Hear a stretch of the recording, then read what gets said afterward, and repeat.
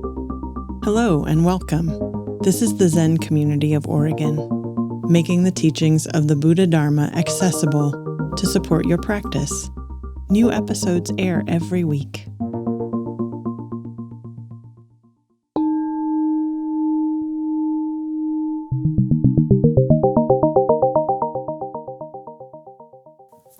I take refuge in the Buddha. I take refuge in the Dharma. I take refuge in the Sangha. Thank you for being here. We used to call this session Longing for the Ancient Way. So here is a poem about longing. Longing is the name of our pain. Longing is also the medicine. Longing brings the cure. But not just any longing cures. If you have a name for your longing, then it is not yet the longing that cures. What are the names of some other longings?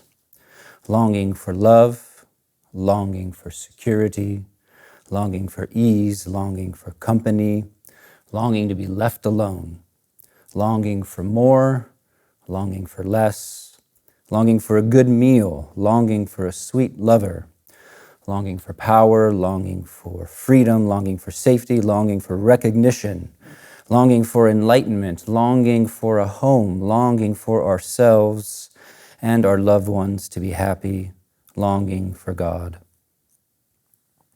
Longing is our pain. Longing is also the medicine. Longing brings the cure. There is a longing in you which has no name, cannot be named. Names and words disappear like mist in morning sunlight when that longing dawns.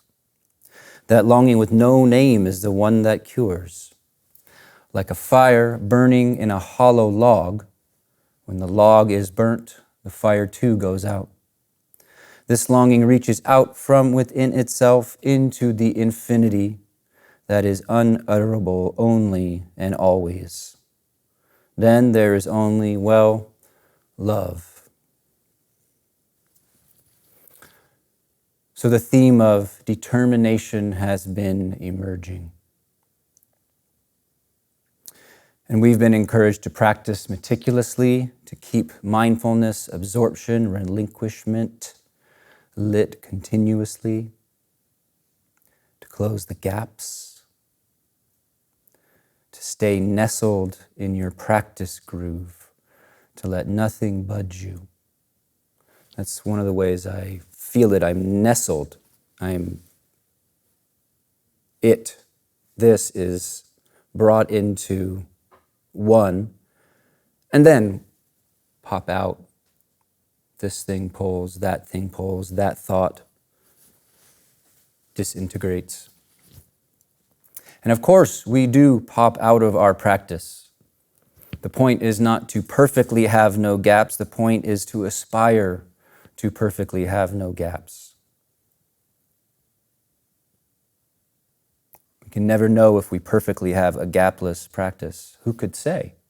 Who is watching? So we do pop out of our practice, and then we drop back in. And that rhythm is completely as it should be. Over and over. Just this exhale, every particle tasted, every particle let go.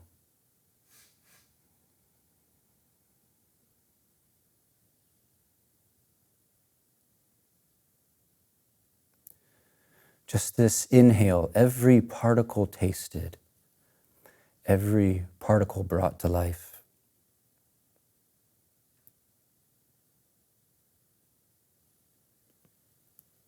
And so we're practicing a unity of intention, attention, and this body-heart life, not separate.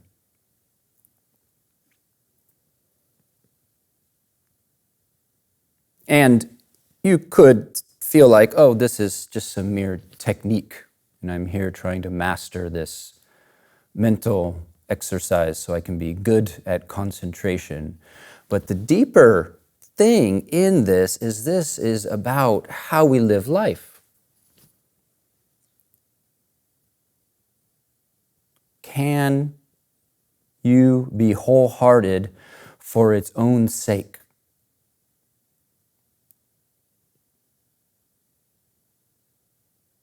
Can you be wholehearted for its own sake and stay open? To stay on the living edge of wakefulness, not for what's beyond that lip, not because somebody said it's going to do something good for you, not because everyone else is doing it. Can you stay on the living edge of wakefulness for its own sake?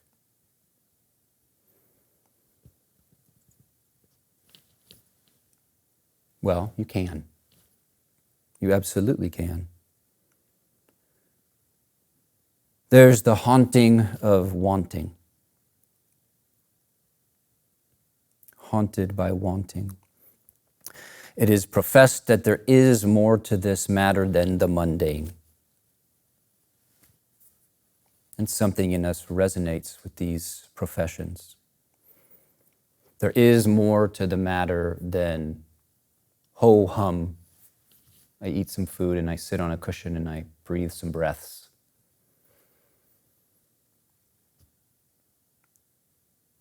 But there's the haunting of wanting, and that has effects.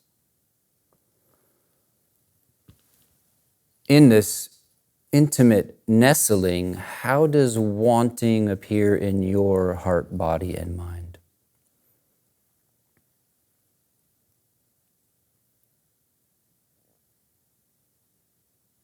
Wanting showing up as waiting.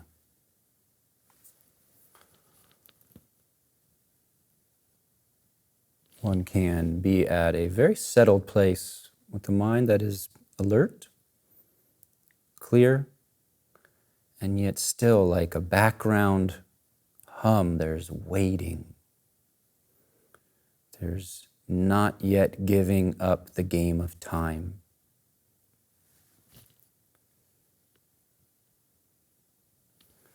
There's there's wanting showing up as giving up and dejection. It's not going how I want it to go, so why should I put myself into this wholehearted, painful, sometimes thing?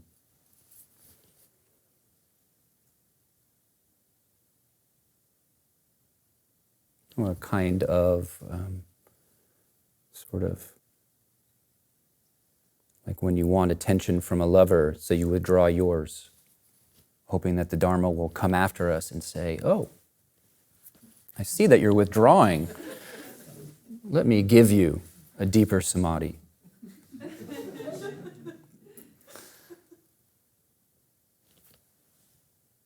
Wanting showing up as trying to understand.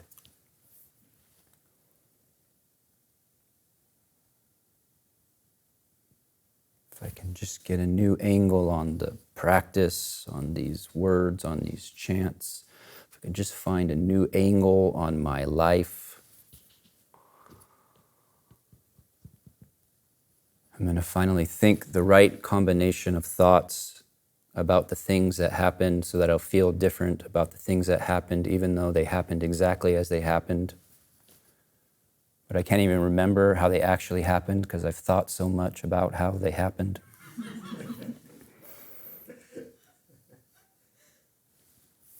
Wanting showing up as trying to understand. We're going to piece it all together mentally. Wanting showing up as trying hard. I don't know what else I can do. It doesn't seem to be giving me good feedback, so I'm going to try really hard. And so we flood the engine, put tension in the system. We actually lean out of intimacy. We separate ourselves. Wanting showing up as trying to not try would just go to the opposite. Well, I'm going to do not doing anything. See what happens then. I can talk about these things because I've done all of them. Can you be wholehearted for its own sake?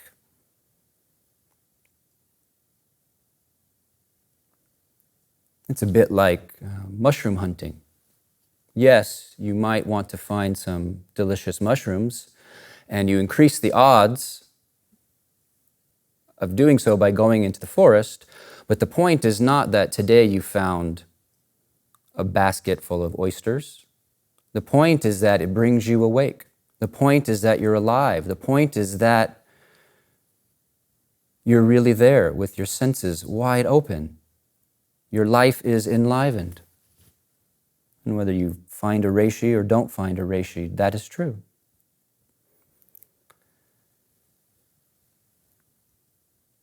So it's very good we confront our transactional conditioning in waking up practice, our quid pro quo.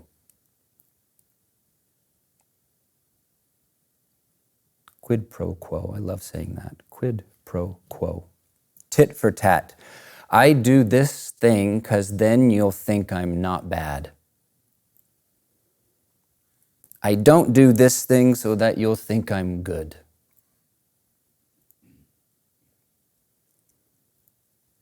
There's an old practice saying that says, when with others, practice as if alone. When alone, practice as if with others.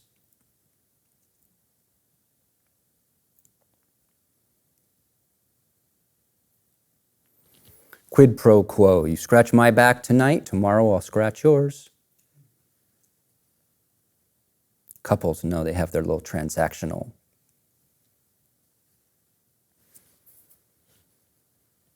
Or maybe you don't, so I need to work on that. I work 40 hours and you give me a paycheck. I treat you sweetly so you won't be direct with me. I treat you roughly so you won't be sweet with me. I've been meditating for at least 2 years now. Where's my damn enlightenment, Buddha? For some people, 2 months or 2 days. And we're very demanding, most of us. We smoke out our demandingness as we do this practice. Sometimes when people are making too many demands on me, I call them demandos. It's like a commando, but they're armed with their to-do lists, and it's pointed at me.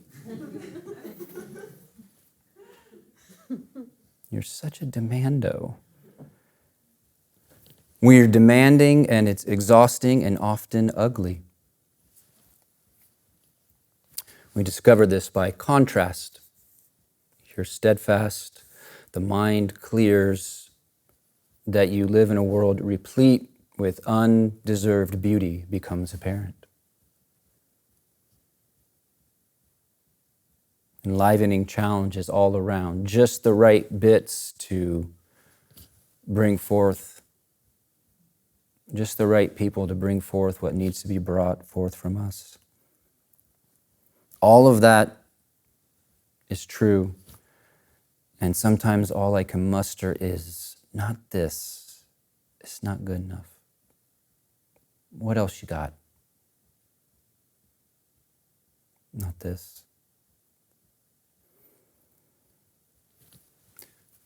Can we say that the Dharma gates close for the I do this, you give me mind?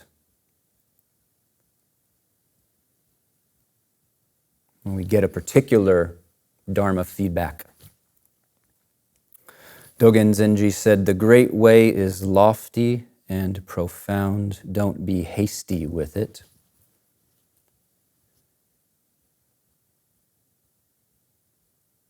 Don't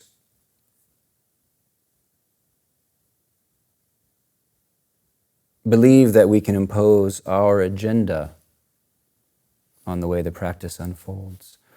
Don't believe that it has its own integrity, its own movements in the dark. The Great Way is lofty and profound, Dōgen said. Dōgen also said, practice with the determination of someone who has a fire burning on their head and the urgency with which they wish to extinguish it.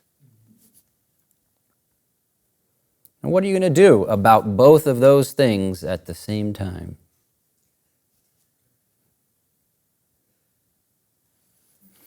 The raging fire of mind.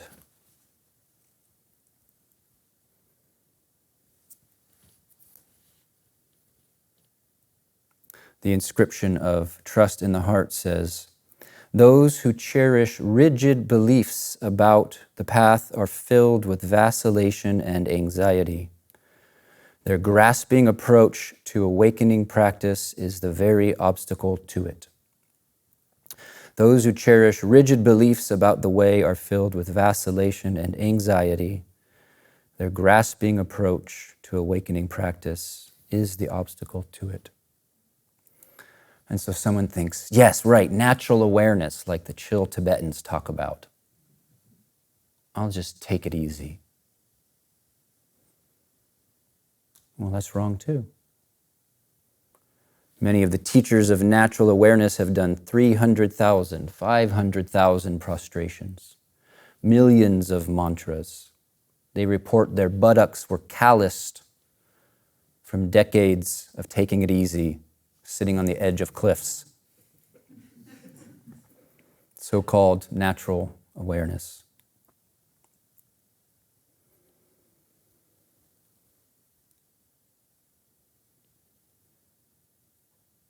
So the intention to wake up and save all beings is the attention of this body-heart life nestled in our practice groove.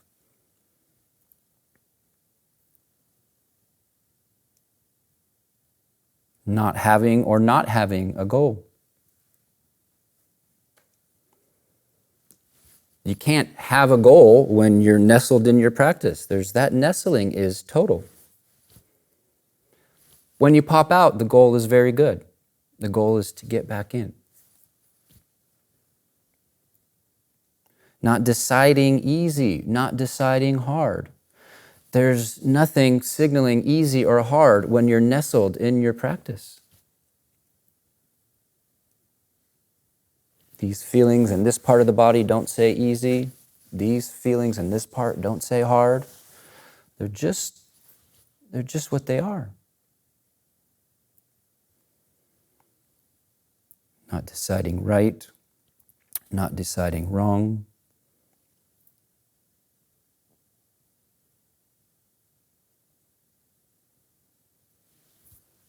Faith Mind poem says, all is self-revealing, spacious and clear without the need to exert the mind. Everything is communicating just what it is, just for you and I. Totally straightforward, nothing concealed. Not deciding easy, not deciding hard, not deciding right, not deciding wrong. And discriminating mind can't do that. You're not being asked to take your discriminating mind and make it a not discriminating mind. Discriminating mind does not fit the job description for what we're talking about. Discriminating mind isn't the one doing zazen. So in a way, just don't be bothered or swayed by it. Just keep aligning. Just keep integrating. Keep focusing.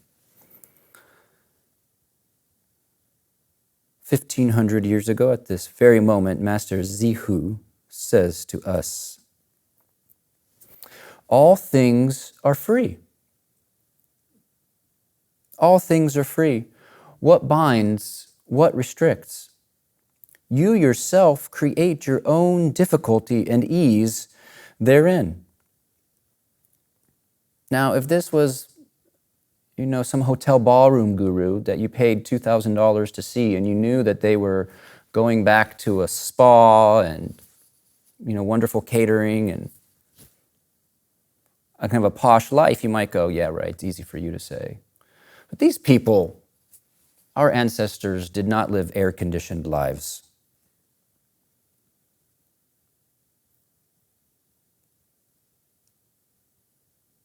So many of the inconveniences and the hardships of life that we have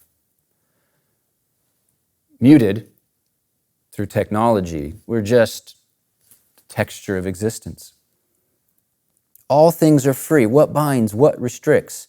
You yourself create your own difficulty and ease therein. The mind source is a single continuity pervading the 10 directions.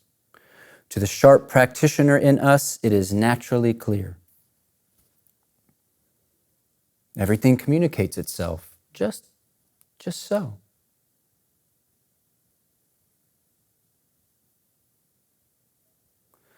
Have you read Nanquan's statement, "Innocence like this, after all, are rare in the world"? Innocence.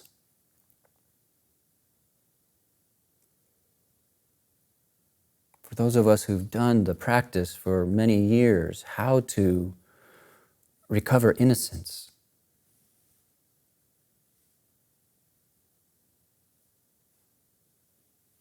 How far away is a fresh mind, really?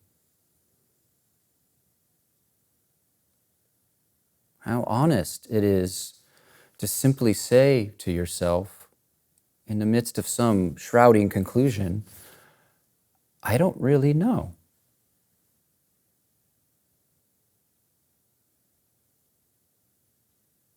I don't really know. And just let the silence flood in. Have you read Nanquan's statement, "Innocence like this, after all, are rare in the world. Clearly they exist. Actually, everyone is so. But they just lack a robust will. That's what makes them get so tired." Well, that's interesting. You would think it would be the robust will that would make us tired. That's what some people are afraid of. If they practice wholehearted, they'd have to get tired. And we hate being tired. Isn't that moment when you first wake up just the worst hell? Like, oh, not again. Oh.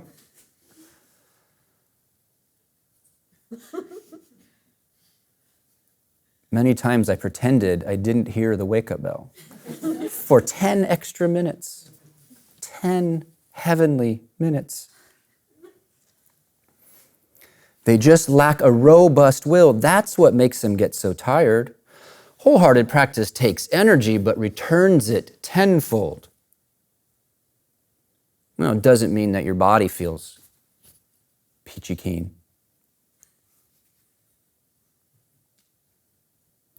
Alternating between fits of inspiration and doubt, that's what's tiring to the spirit. That's what wears us out. Our own unwillingness to really commit to what we're already doing. What a weird thing.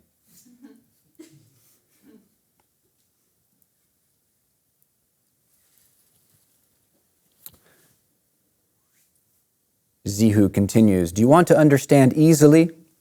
There has never been a single ordinary person or sage appearing before you." Now think about this, and think about the discriminating mind that goes, ooh, she's wise, and him, not so sure. Or, oh, I'm wise, I've really got it, but them, Just look at how they do kin-hin.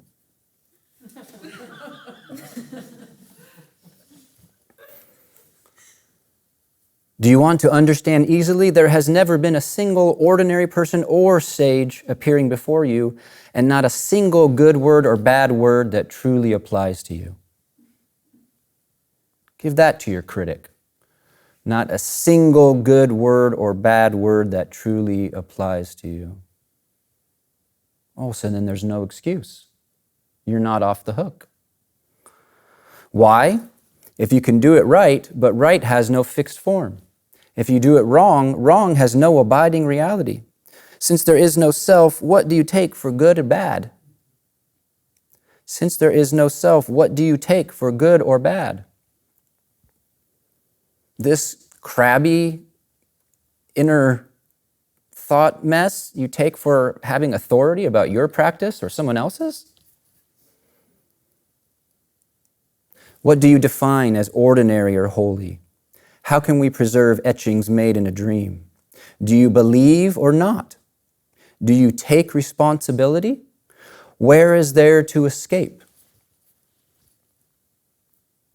Maybe he's saying something like, having been initiated as we are into something of the truth of our mind, what choice do we have but to really see through the clarifying?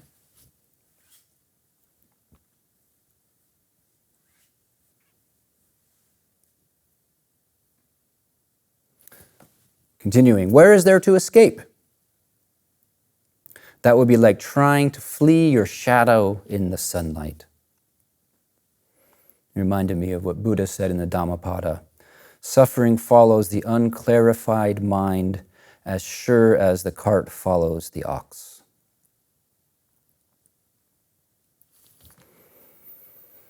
Longing, determination, learning to love the taste of this deep engagement with the way. The flavor of practice, the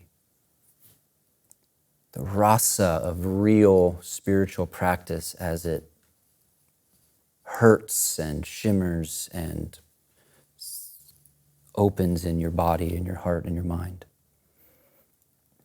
The willingness to do the work, because there is absolutely nothing to lose that's worth keeping. The willingness to see that work is not always what's called for.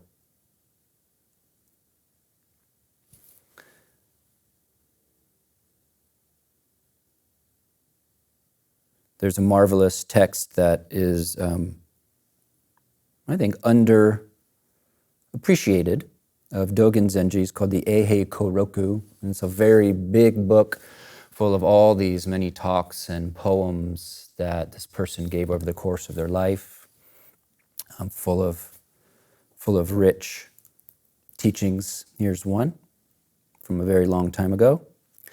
Dōgen said, "This very body and mind are not merely the 5 skandhas.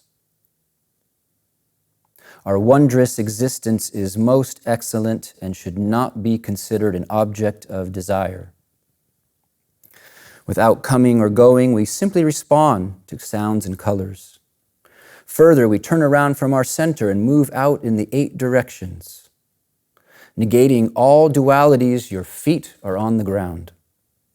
How could there be a rising and perishing as your magnanimous energy penetrates the heavens?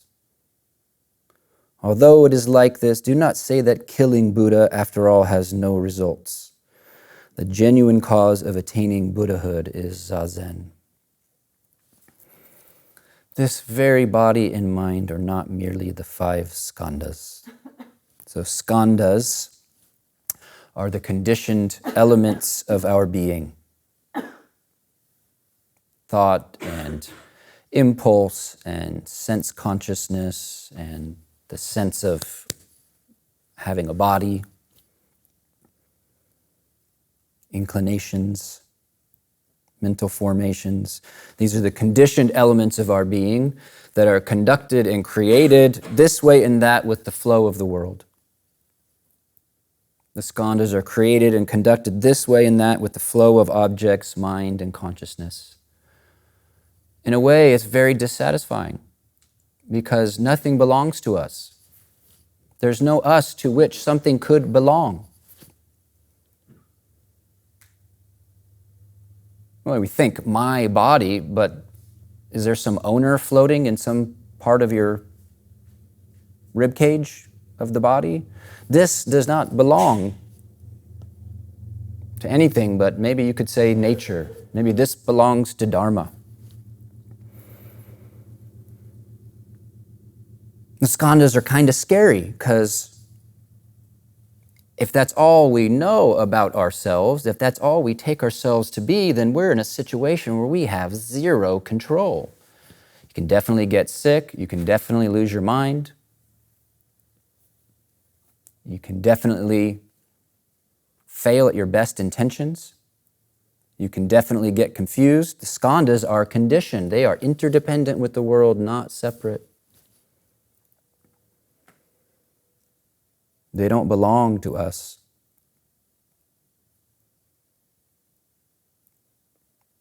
There's little within that is stable, and much without that is shifting and unsteady and trickster pulling the rug.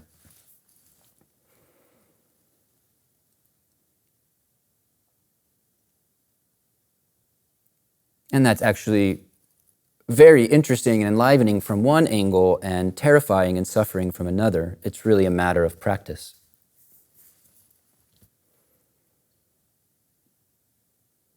So Dogen Sensei says, yet this very body and mind are not merely the 5 skandhas. Not merely the 5 skandhas. Our wondrous existence is most excellent and should not be considered an object of desire. Objects are pursued, avoided, or ignored. That's the fate of objects.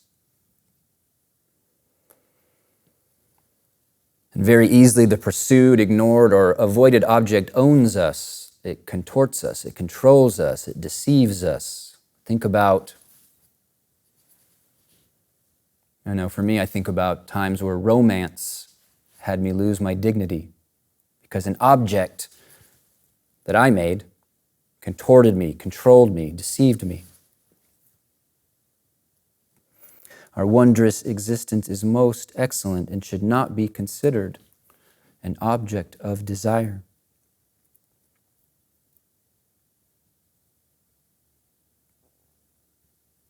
We can't say it's wrong to desire to wake up, but we can't say it's good if we feel like that means sort of getting the best cookie on the platter and leaving all the rest.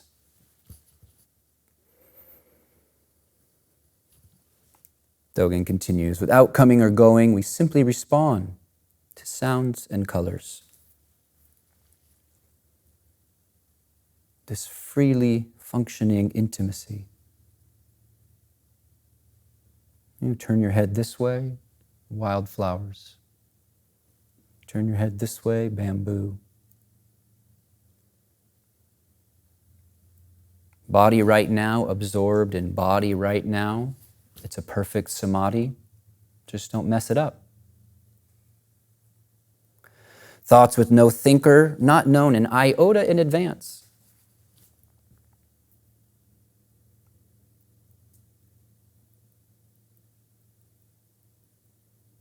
They appear with no second mind, no first mind. This breath right now, no breather, no beginning to it, no knower of it, just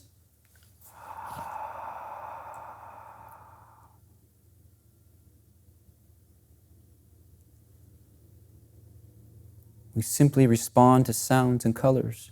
There's no moment of hearing or deciding to hear choicelessly this sound.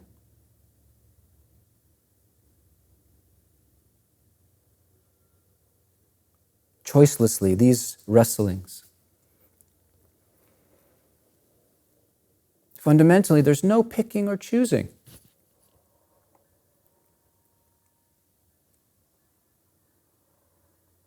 Perfectly undivided. There's no picking and choosing. Dōgen continues, further, we turn around from our center and move out in the 8 directions. Negating all dualities, our feet are on the ground. We can function from this place. Seeing what's what with Zazen eyes, we can start to trust ourselves.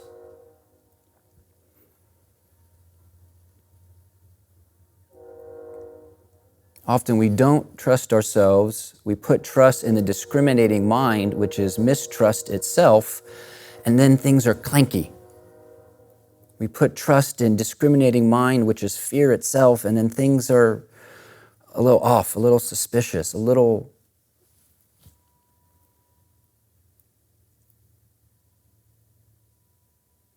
But this mystery functions, it responds, it takes care. It might surprise you. You might say something you didn't premeditate. You might make a decision you didn't plan in advance. You might know exactly how to take care of yourself, how to take care of others. You might be asked a question with nothing in your mind and you've got a response. It's all a matter of how deeply we're trusting our basis. How could there be a rising and perishing as our magnanimous energy penetrates the heavens?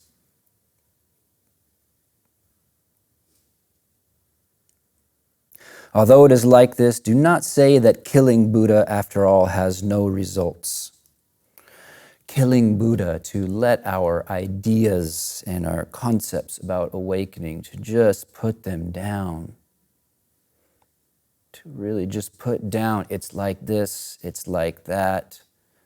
So-and-so said this, such and such sutra said that. To put down the idea that doing it right is going to make me a shiny version of what I am. A perfectly whatever version of what I am.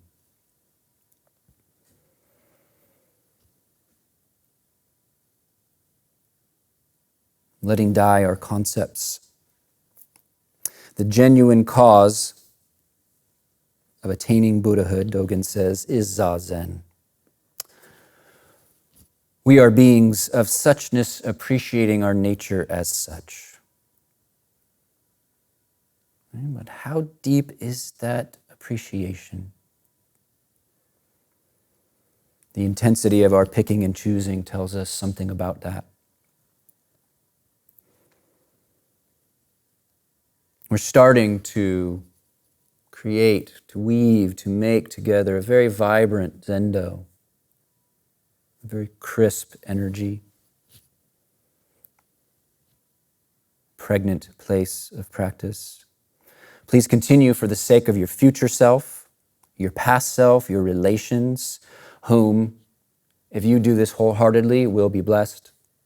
The lineage, the Buddhas and ancestors, the forest, the meadow, the skies, the stars, the moon, we embrace it all. It can't be separate.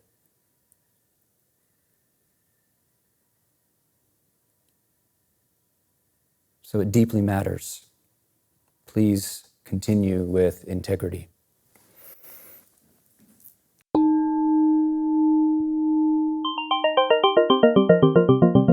Thank you for listening to the Zen Community of Oregon podcast, and thank you for your practice.